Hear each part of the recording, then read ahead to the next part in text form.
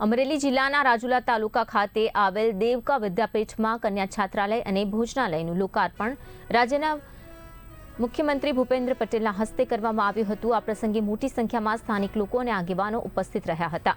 મુખ્યમંત્રી રાજુલા ખાતે પહોંચ્યા બાદ દેવકા વિદ્યાપીઠ ખાતે આયોજિત કાર્યક્રમમાં જોડાયા હતા, જે પૂજ્ય રમેશભાઈ ઓઝાના સાનિધ્યમાં યોજવામાં આવ્યો હતો। મુખ્યમંત્રીએ કન્યા છાત્રાલય બિલ્ડિંગ અને ભોજનાલયનું લોકાર્પણ કર્યા બાદ સન્માન સમારોહમાં હાજરી આપી હતી, જ્યાં વિદ્યાપીઠને વિદ્યાર્થીઓ દ્વારા સ્વાગત કરવામાં આવ્યું હતું।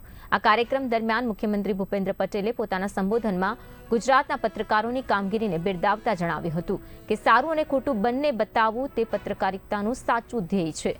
દેવકા વિદ્યાપીઠમાં હાલમાં આશરે 1200 જેટલી વિદ્યાર્થીઓ અભ્યાસ કરી રહી છે અને તેમને ઉત્તમ શિક્ષણ તેમજ રહેઠાણની સુવિધા પૂરી પાડવામાં આવી રહી છે। આ પ્રસંગે ઉર્જા મંત્રી કૌશિક વેકરિયા, મંત્રી ઈશ્વર પટેલ, ધારાસભ્ય હીરા સોલંકી, ધારાસભ્ય મહેશ કસવાડા સહિત અનેક આગેવાનો પણ હાજર રહ્યા હતા અને સમગ્ર કાર્યક્રમ દરમિયાન પોલીસ દ્વારા ચાંપતો બંદોબસ્ત ગોઠવવામાં આવ્યો। અમે બધા અહીંયા દેવકા વિદ્યાપીઠ ખાતે કમિટી મેમ્બરો છીએ।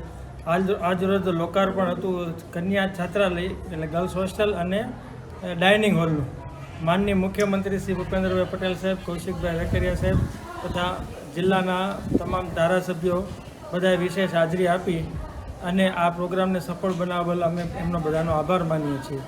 આજથી આ નવું સોપાન શરૂ થયું છે, જેના અંદર અંદાજિત 1200 દીકરીઓને રહેવા માટે સારી સગવડતા માટે અતિ આધુનિક હોસ્ટેલ બનાવેલ છે અને ઉચ્ચ શિક્ષણ માટેની તમામ વ્યવસ્થા કરેલ છે અને એક સાથે 700-800 દીકરી નિરાતે જમી શકે એવો વિશાળ ડાઇનિંગ હોલ તૈયાર કરેલ છે, જેનો આજે પૂજ્ય ભાઈશ્રી તથા મુક્તાનંદ બાપુની હાજરીમાં લોકાર્પણ